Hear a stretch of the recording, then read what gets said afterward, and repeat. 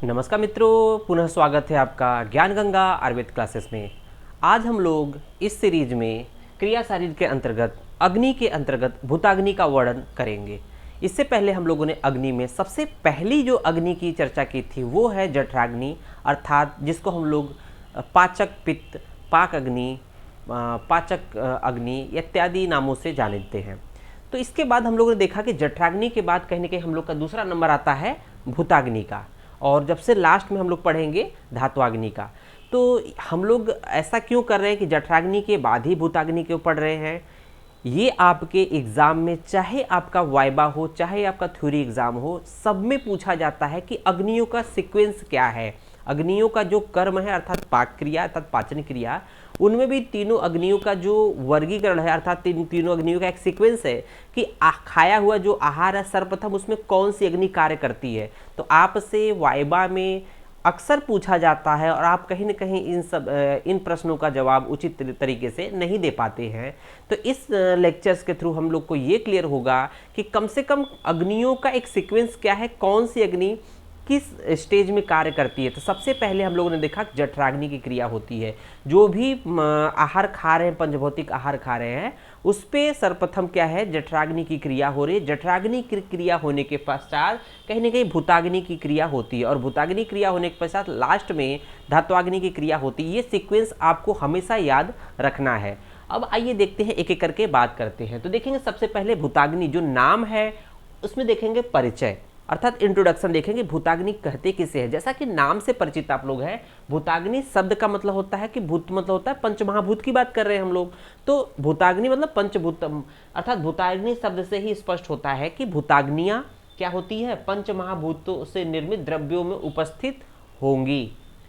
तो यहाँ पर क्लियर कट कह दिया कि जो भूताग्नियों का उपस्थिति है, भूताग्नियाँ कहाँ पर उपस्थित है, पंच महाभूतों से निर्मित जो द्रव्य होते हैं उसमें उपस्थित है।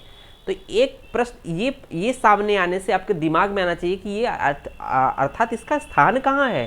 पंच निर्मित द्रव्य, पंच महाभूतों से निर्मित द्रव्य, तो जो आहार खाते हैं या जो औषध लेते हैं ये भी होता है, पंच भौतिक शरीर भी होता है। तो क्या इस भूताग्नि का स्थान जो आहार और औषध के साथ साथ शरीर में भी है? यस, आपका जवाब होगा हाँ, दोनों है। तो हम जब इसके स्थान के बारे में बात करेंगे तो क्लियर कट कर लेंगे कि जो इस भूताग्नि का स्थान है, जो हम लोग आहार या औषध खाते हैं वो शरीर के बाहर है, उसमें भी भूताग्नियों की उपस्थिति है। साथ ही साथ हमारा शरीर पंचभौतिक है, तो इसका मतलब कि हमारे शरीर में भी कहीं न कहीं भूताग्नि उपस्थित होता है। जबकि जो जठराग्नि था सिर्फ हम लोग के शरीर में स्थित था, वो आहार में स्थित नहीं था।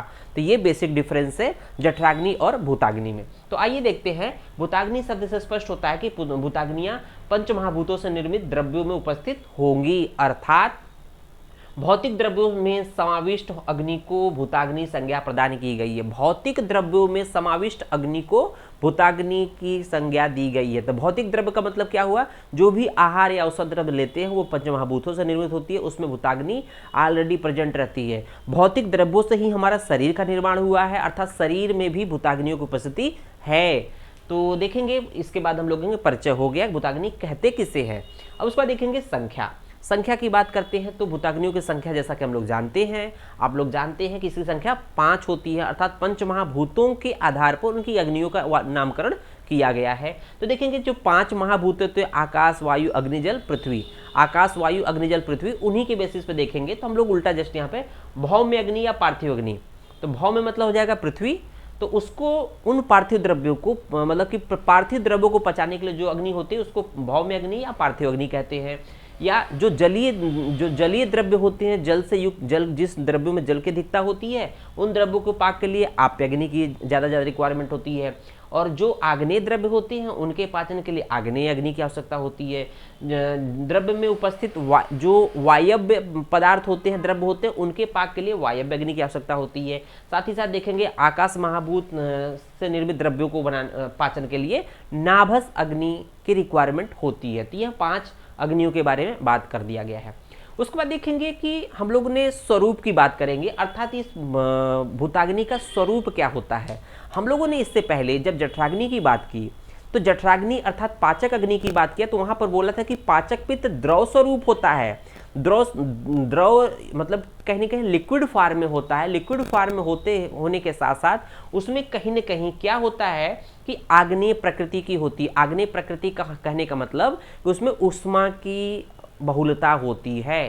तो यहाँ पर कहा भी गया है भूताग्नियाँ भी जठराग्नि या पाचाग्नि के समान आग्नेय प्रकृति की होती है। तो इसका मतलब जठराग्नि का जो प्रकृति है वो द्रव के रूप में होते हुए अग्नि की अधिकता होती है, अग्नेय प्रकृति की होती है। तो उसी के समान, क्योंकि अग्नि तो है ही, चाहे जठराग्नि कहे, चाहे भूताग्नि कहे, चाहे धात्वाग्नि कहे, सबकी जो प्रकृति होगी वो आग्नेय होगी। सब में पाक क्रिया हो रही है तो सबकी प्रकृति क्या होगी, चाहे जठराग्नि की बात करें, चाहे भूताग्नि की बात करें, चाहे इसके बाद कहीं न कहीं धात्वाग्नि की बात करेंगे, तो सबकी जो प्रकृति होगी आग्नेय होगी। तो यहाँ पर कहा गया भूताग्नियाँ भी जठराग्नि के या पाचकाग्नि के समान आग्नेय प्रकृति की होती है। जैसे यहाँ पे एक एग्जाम्पल दिया है, जैसे पाचकाग्नि में पाचन द्रव्यों के ऊष्मा का विशेष महत्व होता है। पाचक अग्नि में उस पाचक द्रव्यों के ऊष्मा का विशेष महत्व होता है, ऊष्मा का विशेष महत्व होता है। उसी प्रकार देखेंगे भूताग्नियों में ऊष्मा का होना अनिवार्य है। उसी प्रकार भूताग्नियों में ऊष्मा का होना अनिवार्य बताया गया है। आइए बात करते हैं भूताग्नियों का स्थान। तो भूताग्नियों का स्थान क्या है, तो देखेंगे भूताग्नियों का स्थान मतलब कि जैसे हम लोगों ने बात किया कि जो जठराग्नि है अर्थात पाचक अग्नि का स्थान क्या बताया गया, पाचक अग्नि या जठराग्नि का स्थान अमाशय पक्वाशय मध्य, हम लोगों ने इससे पहले देखा था। इसका मतलब अमाशय पक्वाशय मीन्स शरीर का वो एक पार्ट है, एलिमेंट्री कैनाल का वो पार्ट जहाँ मेनली डाइजेशन होता है। इस तरह की हम लोग बातें करते हैं। तो जो पाचक अग्नि जठराग्नि का स्थान तो शरीर में है, कौन सा स्थान, अमाशय पक्वाशय मध्य, जिसको हम लोगों ने ग्रहणी टर्म दिया था, आपने इससे पहले लेक्चर में आप देख लीजिएगा। और लेकिन जब हम लोग बात करते हैं भूताग्नि की, तो हम लोगों ने पहले भी चर्चा की कि भूताग्नियाँ जो होती पंचभौतिक जो द्रव्य होते हैं उसमें स्थित होती है। तो पंचभौतिक द्रव्य अर्थात शरीर के अंदर, शरीर के बाहर। तो पंचभौतिक द्रव्य तो औषध आहार भी होता है, पंचभौतिक द्रव्य शरीर भी होता है। इसका मतलब भूताग्नि का जो स्थान है वो शरीर के साथ साथ जो शरीर के बाहर औषध और आहार द्रव्य है उसमें भी स्थान होता है। तो यहाँ पर देखेंगे कि भूताग्नियों का स्थान शरीर के अंदर अर्थात शरीर जो पंचभौतिक होता है उसमें भूताग्नियाँ होती हैं। साथ ही साथ प्लस दिया हुआ है शरीर के बाहर, अर्थात शरीर के बाहर क्या मतलब, आहार और औषध जो द्रव्य होते हैं वो भी पंचभौतिक होते हैं, उसमें भूताग्नि की उपस्थिति होती है। तो शरीर के बाहर आहार औषध जो भी पंचभौतिक होते हैं, इन्हीं आहार औषध के द्वारा इस पंचभौतिक शरीर का पोषण होता है। तो हम लोग जब बीमार होते हैं या किसी भी कारण से कहीं ना कहीं हमारे शरीर की जो पंचभौतिक कंपोजिशन में कमी आती, मान लीजिए कि किसी व्यक्ति के जो पंचभौतिक कंपोजिशन में कहीं ना कहीं पार्थिव द्रव्य की कमी आ गई, पार्थिव द्रव्य की कमी आ गई, तो उसको कहीं ना कहीं जो आहार या औषध जो देते हैं उसको कहीं ना कहीं पार्थिव अंश या पार्थिव द्रव्यों की अधिकता वाला द्रव्य देते हैं। जैसे सिंपली हम लोग मॉडर्न से कोरिलेट करें कि जैसे कोई कई दिनों से व्यक्ति बीमार होता है, एनीमिया का पेशेंट जाता है, तो एनीमिया का पेशेंट होने का मतलब शरीर में रक्त की कमी हो जाती है। तो उस कंडीशन में व्यक्ति को क्या कहते हैं कि आप जो है आयरन से युक्त चीज़ों को लो, चाहे आयरन टॉनिक पियो, चाहे पालक खाओ, मीन्स ऐसे आहार या औषध द्रव्यों का सेवन करना है जिसमें आयरन या उसके तत्वों की अधिकता होती है। तो कहीं ना कहीं उस चीज़ को पोषण करने के लिए, उस चीज़ को पूरा करने के लिए हमें बाहर से जो औषध या आहार द्रव्य लिया जाता है उसे पंचभौतिक शरीर का पोषण होता है। तो हम लोग का ये पॉइंट क्लियर होता है कि भूताग्नि का स्थान शरीर के अंदर, शरीर के साथ साथ शरीर के बाहर जो आहार औषध पंचभौतिक होता है उसमें भी पाया जाता है। तो आपका ये पॉइंट इंपॉर्टेंट है, ध्यान रखिए। या आपसे पूछा जाता है कि भूताग्नि का स्थान कहाँ पर है, वेरी वेरी इंपॉर्टेंट है, इसलिए मैंने कई स्टार लगाए हैं, आपके एमसीक्यू क्वेश्चन में पूछा जाएगा। फिर देखेंगे यहाँ पर हम लोग कोरिलेट करते हैं, अगर भूताग्नि की, जिससे सिंपली हम बात करते हैं मॉडर्न में कि विटामिन, जिसको हम लोग जीवनी तत्व कहते हैं, विटामिन को हम लोग देखते हैं कि कोई व्यक्ति बीमार होता है तो उसको खाने पीने के लिए कहते हैं ना कि आप जो है मल्टीविटामिन के टेबलेट ले लो, मल्टीविटामिन के सिरप ले लो। तो कहीं ना कहीं ये जो मल्टीविटामिन होते हैं, चाहे कोई भी विटामिन की बात कर रहे हैं, इनकी मात्रा बहुत ही कम होती है, अर्थात ट्रेस अमाउंट में होती है, बहुत ही कम होती है, लेकिन इसका जो फंक्शन होता है वो बहुत ही इंपॉर्टेंट होता है। सोचिए कि जो मात्रा में बहुत कम है उसके कमी होने से शरीर की कंडीशंस खराब हो जाती है, स्वास्थ्य हम लोग का डिस्टर्ब हो जाता है। तो कहीं ना कहीं जो मॉडर्न में विटामिन को हम लोग जीवनी तत्व कोरिलेट कर रहे हैं। आचार्य चरक ने जीवनी की बात किया है तो आचार्य चरक ने कहा क्षीरम जीवनीय नाम, अर्थात क्षीर अर्थात दुग्ध में लगभग और लगभग सभी विटामिन पाए जाते हैं। ऐसा बोला जाता है मॉडर्न के अकॉर्डिंग देखा जाए तो लगभग दूध में विटामिन ए को छोड़कर लगभग सभी विटामिन पाए जाते हैं। इसलिए हमने कहा कि क्षीरम जीवनीय नाम अर्थात क्षीर में जीवनी तत्वों से युक्त ये भरपूर होती है। इसका सेवन चाहे बालक हो, चाहे युवावस्था हो, चाहे वृद्धावस्था, हर एक अवस्थाओं में इसका प्रयोग किया गया है। अब देखते हैं इसी के बाद इसी पॉइंट में हम लोग देखेंगे आचार्य चरक ने ग्रहणी दोष चिकित्सा के अध्याय में, ग्रहणी दोष चिकित्सा अध्याय में जठराग्नि पाक के तुरंत बाद ही भूताग्नि पाक का उल्लेख किया है। तो कहने का मतलब कि जो आहार द्रव्य पे जो पाक की क्रिया होती है, सर्वप्रथम आचार्य चरक ने जो ग्रहणी दोष चिकित्सा के अंतर्गत पहले जठराग्नि की क्रिया बताया। जो भी हम लोगों ने आहार या औषध द्रव्य ग्रहण किया, खाया, उस पर सर्वप्रथम कौन सी अग्नि क्रिया करेगी, वो है अग्नि जठराग्नि या पाचक अग्नि जिसको कहते हैं। उसके बाद उसके तुरंत बाद ही भूताग्नि का उल्लेख किया है। तो चरक ने क्लियर कट कहा है कि जब तक जठराग्नि की क्रिया नहीं होगी तब तक धात्वाग्नि क्रिया नहीं संभव है, अर्थात जठराग्नि क्रिया के पश्चात ही भूताग्नि की क्रिया का उल्लेख आचार्य चरक ने किया है। तो यहाँ पर एक सीक्वेंस बनता है कि ये सीक्वेंस आपसे वेरी वेरी इंपॉर्टेंट है, एग्जाम में पूछा जाता है, चाहे आपके वाइबा हो चाहे एग्जाम हो। ये सीक्वेंस याद रखिएगा कि अग्नियों का सीक्वेंस क्या है।